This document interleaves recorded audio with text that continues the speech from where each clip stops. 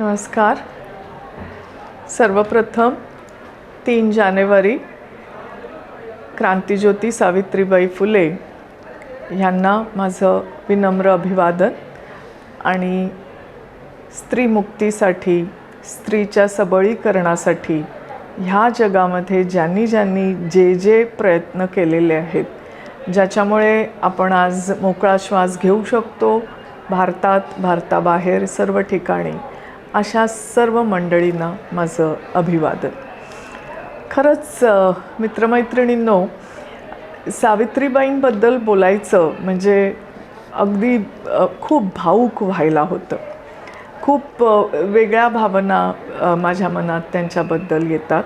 त्याचं कारणही तसं आहे. आज त्यांची 192वी जयंती आहे. जवळजवळ 200 वर्षापूर्वीच्या इतिहासाबद्दल आज आपण थोडेसे बोलणार आहोत.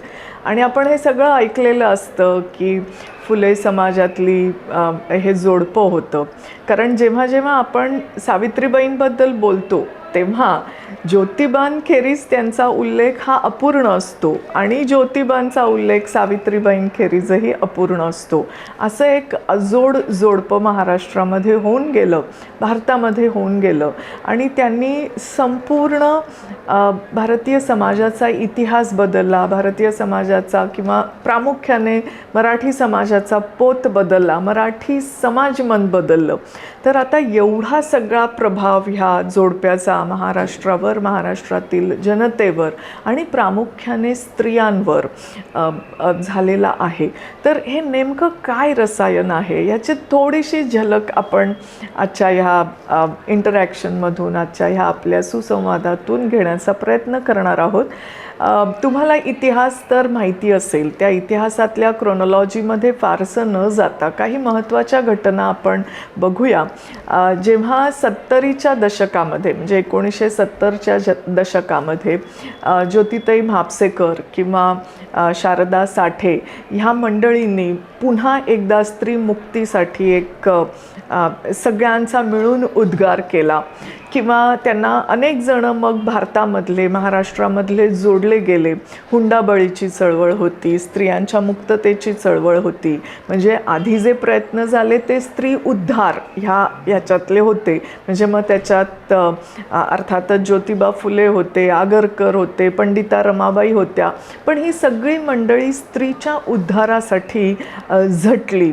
आणि त्याचं पहिलं सुरुवात, जी फॉर्मल सुरुवात म्हणू, ती अर्थातच राजा राममोहन रॉय यांनी सतीविरुद्धचा जो कायदा ब्रिटिशांना आणायला सांगितला तेव्हापासून झाली. पण जेव्हा ज्योतिताई म्हापसेकर आणि ही सगळी मंडळी 1970च्या दशकामध्ये एकत्र आली, पुन्हा नव्याने स्त्रीमुक्तीसाठी त्यांनी चळवळ करायचं ठरवलं, तेव्हा त्यांनी पहिलं नमन ज्योतिबाला केलं. आणि त्याचं कारणही तसंच होतं. आणि बघा, मी पुन्हा म्हणते की ज्योतिबांचा जेव्हा आपण उल्लेख करतो तेव्हा अर्थातच त्याच्यात क्रांतिज्योती सावित्रीबाई असतात. तेव्हा कसं होतं वातावरण, आजच्या मुलींनी नक्की हे समजून घ्यायला पाहिजे. त्यांचे जे नमन आहे, खूप सुंदर नमन आहे, तुम्हाला ते यूट्यूबवर बघायलाही मिळेल. पण त्यातल्या काही ओळी मी इथे वाचते कारण त्याच्यानी आपल्याला कल्पना येईल की 1800 सालामध्ये, 1800 सालची आपण गोष्ट करतोय, 1830ची गोष्ट करणार आहोत. हा काळ जो आहे साधारण तो 1831 ते साधारणतः आपण 10 मार्च 1897पर्यंतचा हा काळ आहे. तर नेमका ह्या शतकामध्ये काय अवस्था होती, तर महाराष्ट्रामध्ये बघा, सन 1800 सालात स्त्रिया होत्या अज्ञानात, लिहा वाचा या शाळा नव्हती, स्त्री घराघरात बंदिवान होती. अशा अंधारात ज्योतिबानं पहिला दिवा लावला आणि स्त्रीमुक्तीला जन्म दिला. पहिल्यांदा स्त्रियांचा विचार ह्या जोडप्याने केला. आणि अर्थातच तुम्हाला माहिती असेल की महाराष्ट्रातल्या आणि भारतामधल्या पहिल्या भारतीय शिक्षिका, जिने बाहेर शाळेत जाऊन शिकवलं, अशी पहिली शिक्षिका म्हणजे आपल्या क्रांतिज्योती सावित्रीबाई फुले. आता आपल्याला खूप गंमत वाटते कारण आपण जेव्हा शिक्षक या संकल्पनेचा विचार करतो तेव्हा आपल्या मनात एखाद्या अशा छानशा स्त्रीचंच चित्र तयार होतं. पण तेव्हाचा काळ खूप भयंकर होता, खूप म्हणजे खूप. आपण विचार करू शकणार नाही अशी बंधनं स्त्रीवर होती. म्हणजे जेव्हा आनंदीबाई, डॉक्टर आनंदीबाई, ज्या महाराष्ट्रातल्या आणि भारतातल्या पहिल्या स्त्री डॉक्टर होत्या, त्यांचं बिऱ्हाड म्हणजे ते वेगळे राहायचे, एकत्र कुटुंब पद्धती होती, पण त्यांचे जे यजमान होते त्यांच्या अनेक ठिकाणी फिरण्यामुळे त्यांनी बिऱ्हाड केलं होतं. आणि त्यांच्याबरोबर फिरायला जाण्यासाठी त्यांचे जे जोशी होते त्यांना गोपाळराव जोशींनी त्यांना चपलांची जोडी आणली आनंदीबाईंना. आणि ह्याचा एवढा बोभाटा झाला गावामध्ये, एवढा बोभाटा झाला, त्यांना जाऊन सुद्धा देईनात लोक बाहेर. तरीही थोडीशी समकालीन, थोडीशी नंतरची घटना आहे. हे उदाहरण तुम्हाला एवढ्याकरता देते की पेपरांमधनं असं डिबेट सुरू झालं की स्त्रियांनी चपला घालाव्यात की नाही. आता प्रश्न हा नव्हता की स्त्रियांनी चपला घालाव्यात की नाही, प्रश्न हा होता की स्त्रीनी बाहेर पडावं की नाही. आणि ते अर्थातच नाही, कारण आपली परंपरा मनुस्मृतीने म्हटलं होतं, न स्त्री स्वातंत्र्य अर्हती, स्त्रीला कुठलाही स्वातंत्र्याचा अधिकार नसावा, अशी आपली संस्कृती. त्याचे वेगळे परिमाणं होती, वेगळे अर्थ होते. आपण कुठल्याच संस्कृती पूर्ण टाकाऊ नसते, हे आपण समजून घ्यायला पाहिजे. पण त्यामुळे स्त्रिया हे घरातच होत्या आणि घर म्हणजे स्त्रीचं संपूर्ण विश्व असायला पाहिजे, हे कुठेतरी समाजाने मान्य केलं होतं. तिच्यावर खूप बंधनं होती, चूल आणि मूल ह्यातच तिचं सगळं विश्व सामावलेलं होतं. अशा पार्श्वभूमीवर ज्योतिबांनी मग त्या मिशनरी शाळा, अहमदनगरची मिशनरी शाळा ते बघून आले होते. त्यांची आत्या का मावशी याच्याबद्दल थोडंसं अजूनही सगुणाबाई, त्यांच्याशी त्यांच्या चर्चा चालत. घरामध्ये ज्योतिबांच्या शिक्षणाविषयी आदर व्यक्त केला जात होता. पण ज्योतिबा जेव्हा बाहेर गेले, अहमदनगरची मुलींची शाळा मिशनऱ्यांची त्यांनी पाहिली, तिथे मुली धीटपणे बोलत होत्या, इंग्रजी वाचत होत्या, तेव्हा त्यांचं आत्मपरीक्षण सुरू झालं आणि ते म्हणाले हे आपल्या समाजात का होऊ नये.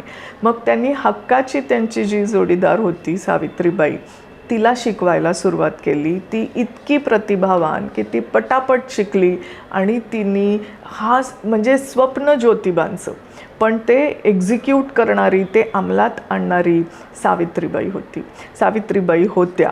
पण सावित्री इतकी सगळ्यांची लाडकी होती आणि आहे. आईला जसं आपण प्रेमाने म्हणतो तितक्याच प्रेमाने ती आईच आहे सगळ्यांची. ज्या ज्या स्त्रिया शिक्षित आहेत महाराष्ट्रातल्या त्या सगळ्यांची ती आई आहे असं मला वाटतं. पण हे स्वप्न, ज्योतिबांचं हे स्वप्न सावित्रीबाईंनी पूर्ण केलं आणि त्या शिकून शाळेमध्ये भिडेवाड्यात 6 मुलींना घेऊन जी पहिली शाळा सुरू झाली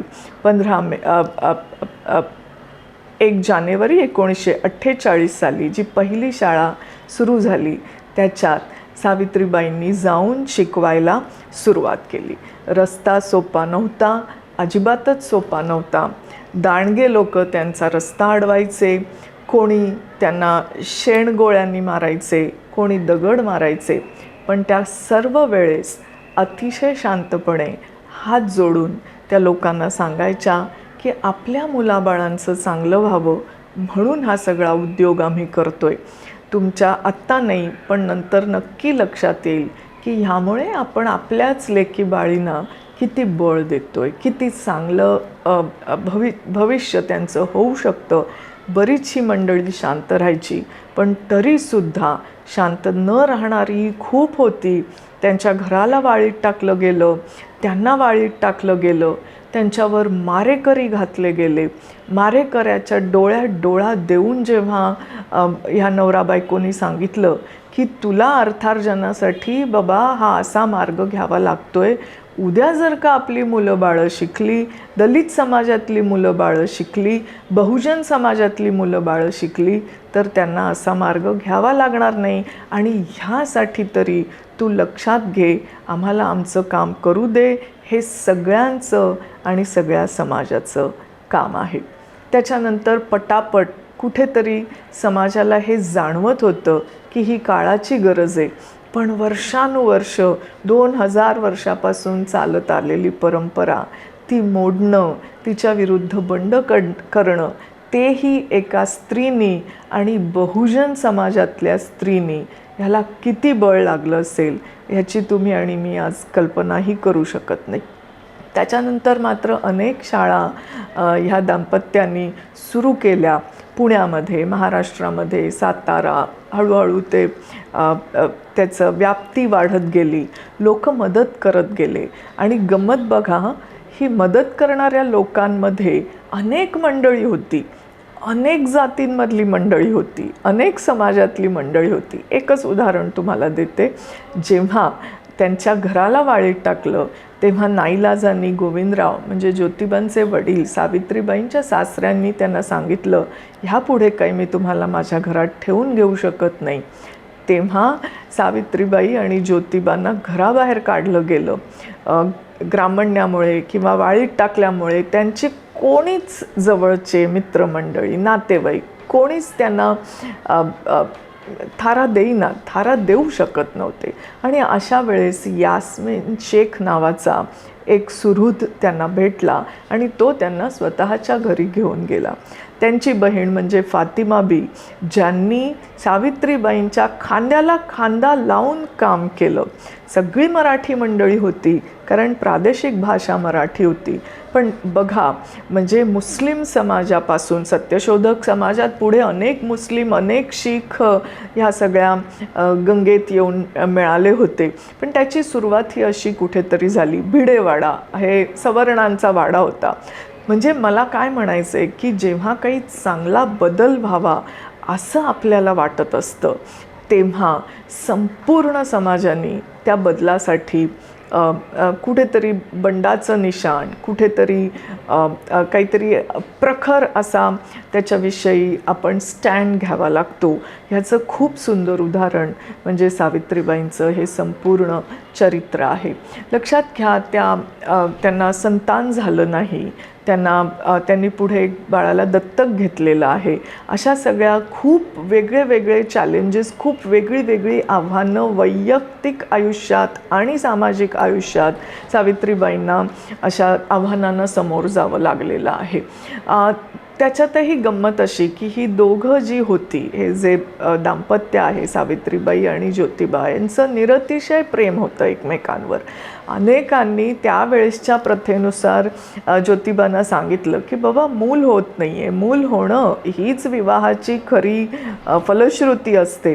तू असा निपुत्रिक राहिलास तर तुला स्वर्ग मिळायचा नाही, वगैरे वगैरे वगैरे.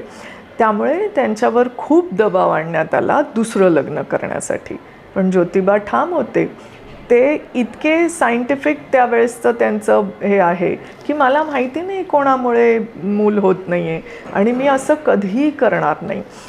आणि सतत ते दोघंही एकत्र राहिले. पुढे विधवांसाठी आणि ज्या विधवा फसलेल्या आहेत, ज्या कुमारिका फसलेल्या आहेत, ज्यांचं पाऊल चुकीच्या रस्त्याला गेलेलं आहे, अशा सगळ्यांसाठी त्यांनी एक प्रसूतिगृह आणि आश्रम सुरू केला. ह्याच आश्रमात काशीबाई नावाची एक तरुण विधवा होती आणि तिच्यावर अत्याचार झालेला होता. तिला यशवंत नावाचं बाळ झालं आणि ते सगळं बाळणपण अत्यंत प्रेमाने हे केवळ आणि केवळ सावित्रीबाईंनी केलं. म्हणजे कुठलीही गोष्ट घ्या, त्यांनी प्रत्येक वेळेस ही मंडळी जबाबदारी घेत गेलेली आहेत. त्यांनी हे प्रसूतिगृह उघडलं, अनेकांना तिथे आसरा दिला. त्यातलाच एक यशवंत होता आणि यशवंतला ह्या दाम्पत्यांनी दत्तक घेतलेलं आहे पुढे, जे डॉक्टर यशवंत झाले आणि त्यांनी आपल्या आईवडिलांचा वारसा उत्तम प्रकारे चालवला. तो असा की प्लेगमध्ये काहीही कसलाही विचार न करता डॉक्टर यशवंत झिजले आणि अखेर प्लेग होऊनच ते गेले. म्हणजे सावित्रीबाई आणि ज्योतिबांचा वारसा, त्यांचा हा जो दत्तक मुलगा होता यशवंत, त्यांनी उत्तम प्रकारे चालवला. बघा, आपल्या सगळ्यांकरता हा धडा आहे की माणसाचं मोठेपण जन्माने ठरत नसतं, पण त्याच्यावर होणारे संस्कार, त्याला मिळणाऱ्या संधी, ह्यातनं माणसं मोठी होत असतात. हा आपल्या सगळ्यांकरता खूप मोठा धडा आहे. स्वातंत्र्यासाठी त्या सतत झगडलेल्या आहेत. म्हणजे पण गंमत अशी आहे की त्यांनी स्वतःचं स्वातंत्र्य बघा. ज्योतिबा म्हणाले की तू बाहेर जाऊन तू शिकवायला सुरुवात केली पाहिजेस. त्या बाहेर गेल्या, त्यांना बाहेर जायचं स्वातंत्र्य मिळालं. ते त्यांनी कशाकरता वापरलं? ते त्यांनी त्यांच्या भगिनींना हे स्वातंत्र्य मिळावं म्हणून वापरलं. म्हणजे प्रत्येक वेळेस स्वातंत्र्य जे जे त्यांना मिळत गेलं किंवा त्यांनी मिळवलं, ते प्रत्येक स्वातंत्र्य त्यांनी नवीन जबाबदारी उचलण्यासाठी खर्ची केलं. हा मला खूप मोठा धडा वाटतो. त्यांनी अनेक पुनर्विवाह लावून दिले आणि पुन्हा एकदा आपण सगळ्यांनी इतिहासात वाचलेली घटना किंवा खूप महत्त्वाची म्हणून नोंद झालेली, इतिहासाने नोंद केलेली घटना म्हणजे त्यांनी आपला हौद दलित समाजासाठी खुला करून दिला. आपल्याला सगळ्यांना माहिती आहे, खूप जातीपातींमध्ये अडकलेला असा आपला समाज होता. तो आहे असं म्हणायची मला अजिबात इच्छा नाही, पण ठीक आहे, आपण विचार करावा ह्या बाबतीत. तर विभागलेला समाज होता आणि उतरंड होती. ह्याला ते चालत नाही, त्याला हे चालत नाही, हा असा तो तसा वगैरे वगैरे वगैरे. अशा वेळेस बहुजन समाजातल्या एका दाम्पत्याने असा हौद आपल्या घरातला सगळ्या जातीपातीच्या माणसांसाठी खुला करून देणं हे खूप मोठं पाऊल होतं. त्याच्यानंतर अनेक वर्षांनी जेव्हा डॉक्टर बाबासाहेब आंबेडकरांनी चौदार तळ्याचा संग्राम केला, त्याची कुठेतरी बीजं आपल्याला इथे दिसतात असं मला वाटतं. त्यामुळे असे अनेक गोष्टी झालेल्या आहेत. याहूनही मोठं सावित्रीबाईंचं काम मला असं वाटतं की जेव्हा प्लेग आला, जेव्हा भीषण अत्यंत भीषण असा दुष्काळ पडला होता महाराष्ट्रामध्ये आणि त्यावेळेस त्यांनी अन्नछत्र सुरू केलेलं होतं. जो त्यांच्या दारावर येईल त्यांना सावित्रीबाई खायला घातल्याशिवाय जाऊ देत नव्हत्या आणि वेळेला चुलीवरती 100 माणसांचा स्वयंपाक ही बाई एक हाती करत होती. बघा, खरंच आपल्या पिढीने आणि सगळ्यांनी आपण विचार करायसाठीची गोष्ट आहे. जिथे जिथे दुःख दिसलं, जिथे जिथे अज्ञान दिसलं, जिथे जिथे काहीतरी कद्रूपणा दिसला, तिथे तिथे ह्या बाईंनी, ज्याला आपण असं म्हणू अतिशय ग्रेसफुली त्यांनी ह्या सर्व गोष्टींना रिस्पॉन्ड केलेला आहे, त्याला प्रतिसाद दिलेला आहे. आणि तो प्रतिसाद एक प्रकारे इतका सांस्कृतिक उंची गाठणारा आहे की आपलं मन खरोखर आदराने अतिशय स्तिमित होतं, आदरांनी भरून जातं. म्हणजे त्यांनी जेव्हा दुष्काळ झाला तेव्हा अनेकदा पदरचेच पैसे खर्च करून, दुसरा काही फारसा सोर्स त्यांच्याकडे तेव्हा नव्हता, त्या असं देत असत. त्यांना म्हणजे कुठल्या इस्त्री सुलभ हे छान लुगडी, लोक कौतुकाने त्यांना लुगडी द्यायची, चांगले खण द्यायची, त्यांची एक सन्मान करायचा म्हणून. आणि तेव्हाची तशी पद्धतही होती. आजही अशी देवाणघेवाण अनेक ठिकाणी सुरू असते. त्यांचं नव्यातलं नवं लुगडं असेल आणि त्यांच्या दारावर जर का अतिशय खराब अवस्थेतली एखादी स्त्री आली तर त्या ते तसंच्या तसं नवं लुगडं त्यांना काढून द्यायच्या. ज्योतिबाच कधीतरी टोकायचे की ते म्हणायचे, अहो किती किती करता. तेव्हा त्यांचं एक ठरलेलं उत्तर असायचं की तात्याराव, काय घेऊन जाणार होत आपण वर. म्हणजे स्त्रीचं साडीवरचं प्रेम, लुगड्यांवरचं प्रेम हे मला वाटतं आजही असंच अबाधित आहे. पण अशा ह्यांनी म्हणजे नवीन माझं काहीतरी देणं, हा जो काही त्याग होता, यांनी जे सांस्कृतिक संचित महाराष्ट्रासाठी गोळा झालं ते खूपच वेगळं असं आहे. त्यांचं शेवटचे दिवस ज्योतिबांनंतर म्हणजे सावित्रीची जी गोष्ट आहे, सत्यवान सावित्रीची, हे मिथक, मला असं वाटतं ही मिथकं खूप महत्त्वाची असतात. तिने आपल्या नवऱ्याचे प्राण खेचून आणले आणि ती अजरामर झाली. पण ही जी सावित्रीबाई आहे, ज्योतिबांची जी सावित्रीबाई आहे, तिने नवऱ्याचं प्राणोत्क्रमण झाल्यानंतरही जे काम म्हणजे तिच्या नवऱ्याचा, तिच्या पतिराजांचा प्राण होतं ते काम पुढे तिने चालू ठेवलं. मला असं वाटतं ही सावित्रीसुद्धा अशीच अजरामर होणार आहे आणि तिच्या ह्या कामामुळे अजरामर होणार आहे. एक छोटीशी जाता जाता मला विचार आपल्याला फूड फॉर थॉट असं आपण म्हणू त्याच्यासाठी हे करायचं आहे. जगभर वेगवेगळ्या लोकशाह्यांमध्ये, वेगवेगळे लोकशाही देशांमध्ये स्वातंत्र्य ह्या संकल्पनेचा उहापोह चालतो. फ्रान्समध्ये पहिली राज्यक्रांती झाली आणि तेव्हा समता, बंधुता आणि स्वातंत्र्य ही मूल्यत्रयी नवीन जगाला, आधुनिक जगाला त्याची ओळख झाली. आणि त्याच्यानंतर अनेक स्वातंत्र्य लढे झाले, होत आहेत, आजही होत आहेत. आणि खूप विचारमंथन राजकीय वर्तुळामध्ये आणि राजकीय विचारवंतांमध्ये, सामाजिक विचारवंतांमध्ये, मला खात्री आहे की तरुणाईमध्ये अनेक ठिकाणी आपल्या करिक्युलमला सुद्धा हा विषय असतो. तर आपणही कुठेतरी स्वातंत्र्य ह्या गोष्टीचा विचार केला पाहिजे. मला समजत नाही, अनेकदा सतत तरुणाईबरोबर असते, सतत विद्यार्थ्यांसोबत असते, तर विद्यार्थी अनेकदा विद्यार्थिनी म्हणत असतात इट्स माय लाईफ. ओके, म्हणजे मी कसं राहावं, मी काय घालावं, मी काय पेहराव करावा, मी कुठली पेय प्यावीत, किंवा मी माझं आयुष्याचं मी काय करावं, हे करायला मी मुखत्यार आहे, हे करायला मी स्वतंत्र आहे. तेव्हा मला कुठेतरी सावित्रीबाई आठवतात, फातिमाबी शेख आठवतात, फुले, आगरकर ही सगळी मंडळी आठवतात. नेमकं स्वातंत्र्य म्हणजे काय?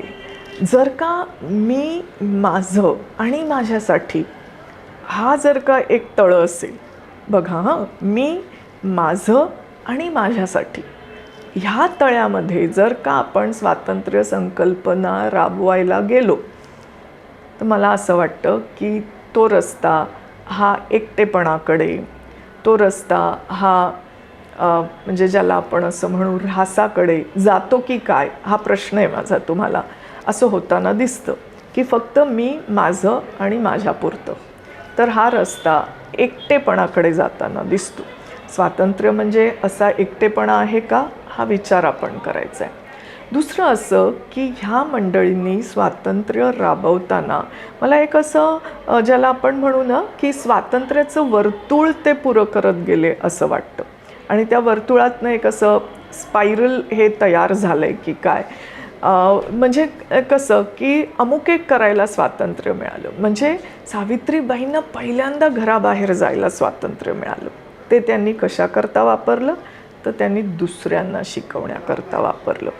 त्याच्यानंतर आपण म्हणजे अशी अनेक उदाहरणं आपल्याला घेता येतील की जिथे स्वातंत्र्य मिळालं आहे पण ते त्यांनी दुसऱ्या कशासाठी. दुर्दैवाने डॉक्टर आनंदीबाईंचा खूप लवकर शेवट झाला, क्षयरोगाने शेवट झाला. त्यांनी ज्या सगळ्या झगड्यामधनं त्या गेल्या त्याचा तो कदाचित खूप नैसर्गिक शेवट होता, पण तो नक्कीच महाराष्ट्र आणि भारतासाठी खूप दुर्दैवी शेवट होता. पण त्यांना डॉक्टर झाल्या त्यांना समाजसेवेला लागायचं होतं. तर आपण ही जी इतिहासातली उदाहरणं आहेत ही इतिहासाच्या पानांमध्ये ठेवायसाठी नसतात. त्यांचा आपल्याला केव्हा तरी आपल्या संदर्भात विचार करावा लागतो आणि तसा केला तरच इतिहास आपण पुढे नेऊ शकतो. म्हणजे बघा कसं काहीतरी स्वातंत्र्य मिळाल्यावर त्याच्यातनं दुसऱ्यासाठी आपण काहीतरी करण्याची जबाबदारी घेणं, असं करून आपल्याला अधिक स्वातंत्र्य मिळतं. म्हणजे एक स्वातंत्र्य आणि जबाबदारीतून अधिक स्वातंत्र्य, अशा प्रकारे हे एक वर्तुळ आहे जे सामाजिक विश्वामध्ये सतत आपल्याला म्हणजे होत गेलेलं इतिहासामध्ये आपल्याला त्याची अनेक उदाहरणं पाहायला मिळतात. आजच्या त्यांच्या जयंतीनिमित्त मला वाटतं की आपण ह्या सगळ्याचा विचार केला पाहिजे. तरुणाईंनी मला मिळालेलं स्वातंत्र्य नेमकं कशासाठी, रात्री फिरायसाठी की काहीतरी छान महत्त्वाचं दुसऱ्यांसाठी. मला जे मिळाले ते न मिळालेले अजून जे आहेत त्यांच्यासाठी काही करण्यात आपलं स्वातंत्र्य खर्ची घालायचं हे ज्याचं त्याने ठरवायचं आहे. तुम्हा सगळ्या भगिनींना पुन्हा एकदा मनापासून आजच्या दिवशी अभिवादन. आणि आपण सगळे जसं स्त्रीमुक्तीचं ज्योतिताई म्हापसेकरांचं एक खूप सुंदर नमन आहे, त्या 4 ओळी मी म्हणते आणि आपण सगळे एकत्र येऊ आणि सगळे स्वातंत्र्याचा खराखुरा अर्थ काय आहे ह्याचा शोध घ्यायला पुन्हा नव्याने सुरुवात करू. आणि हा जो आपला भारत देश आहे, आपला जो महाराष्ट्र आहे, तो आहे ह्याहूनही अधिक सबळ, अधिक सशक्त करू. धन्यवाद. त्या 4 ओळी अशा आहेत.